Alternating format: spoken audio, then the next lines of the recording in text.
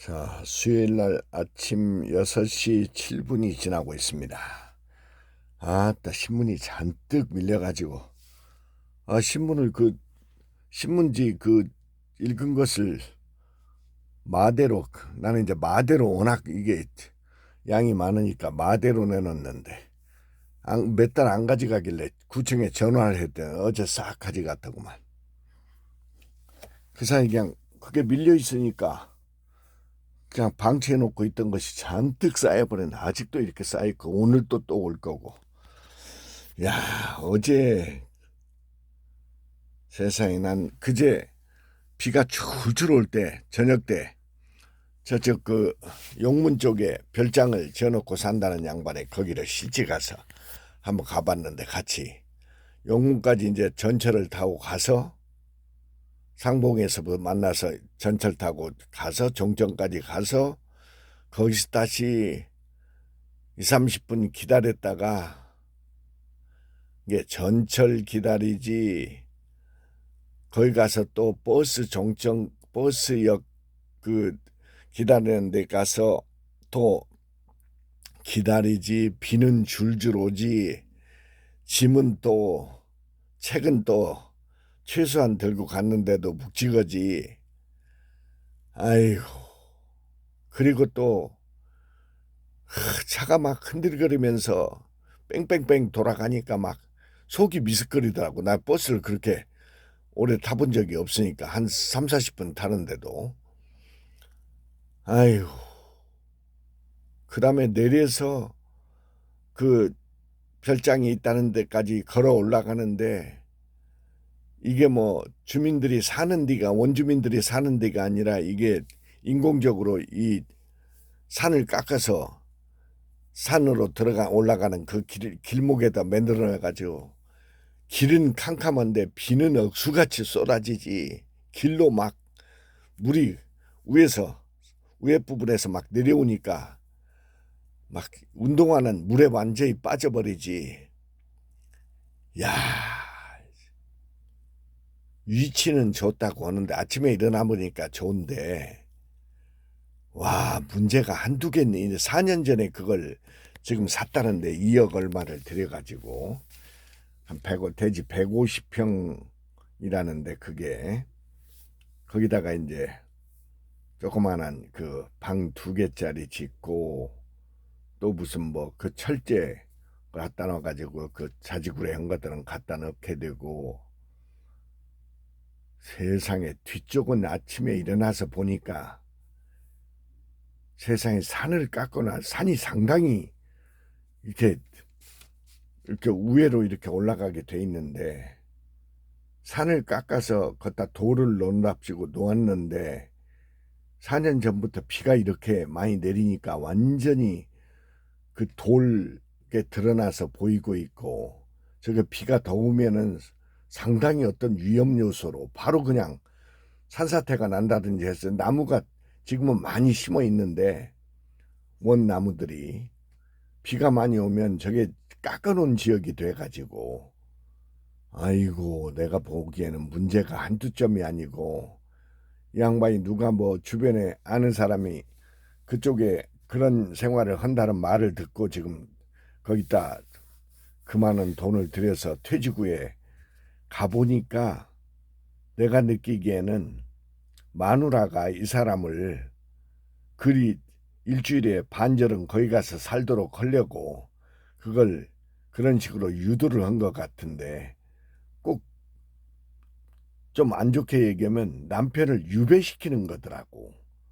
가서 뭔 일을 하는가 봤더니 책 한 권도 없고 불을 켜고 자고 불을 켜고 잔다는 소리가 뭐냐면 난 새벽에 일찍 일어나니까 밖에서 내가 세상에 밖에 그 마루는 불이 들어오게 해놨던 거 이제 고장이 나가지고 고치지도 않고 해서 냉방 바닥에서 내가 잠을 잤는데 나야 뭐 바닥에서 자니까 단련돼서 괜찮은데 그런 상황이고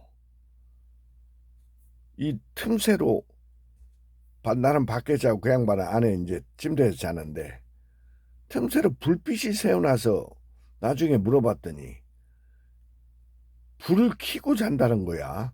그 다음에 내가 보기에는 테레비를 보다 그냥 자지 않나 그런 생각이 나고 책 한 권이 없고 와, 참 이게 다정다감하고 그런 양반인데 뭔 결정은 잘못한 것 같더라고. 다시는 가고 싶지가 않더라고. 저기 한 번 갔다 오는데 연료가 뭐 5만 원, 5만 원 값 든다고 그러더라고.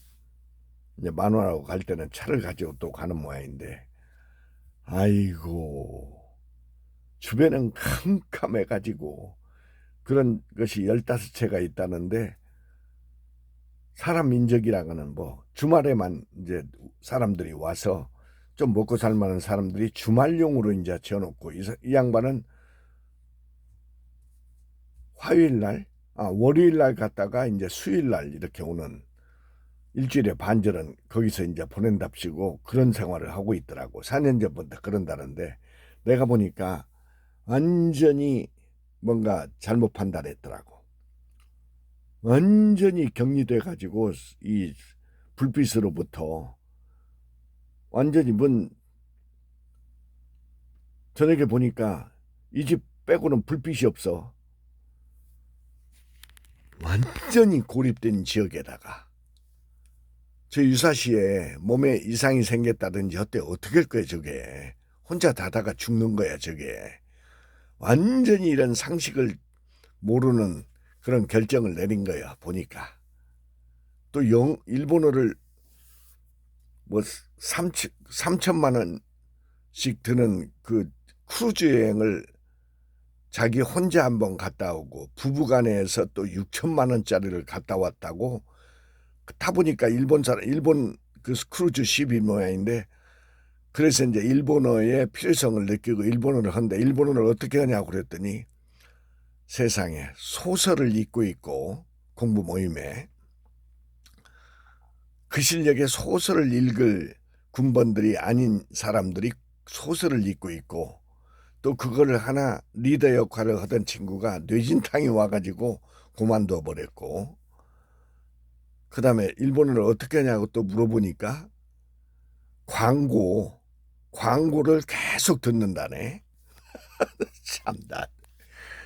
그 말을 듣고 그 일본은 또 어디서 공부냐 그랬더니 동사무소 가서 저 하계동 어디 동사무소에서는 야, 이 공무원 외국어를 하는 절차를 순서를 알아야지.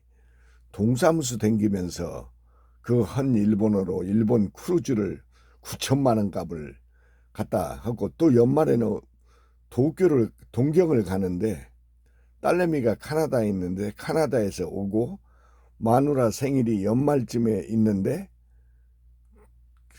일본 가서 딸내미하고 돌아다니기로 했다고 2박 3일로 말을 들으니까 이게 일본의 기초편도 모르는 사람이 보니까 세상에 외국어라는 게 퇴직해서 어떻게 해서 적당히 해서 될까?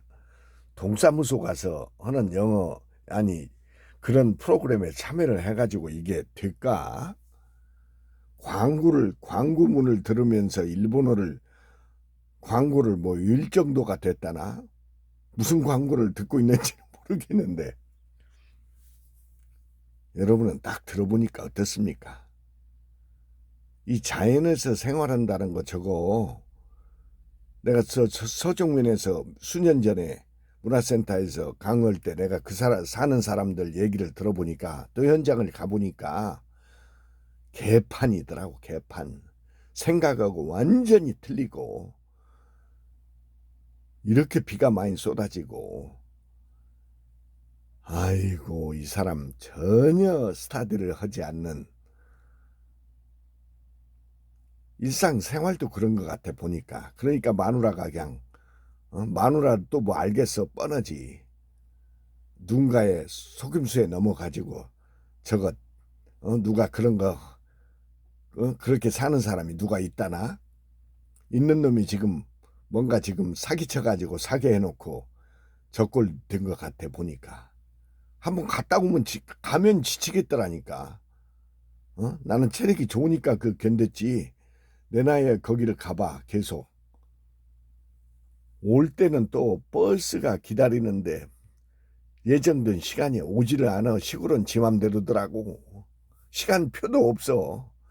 나타나야 버스지 시간표도 없다니까.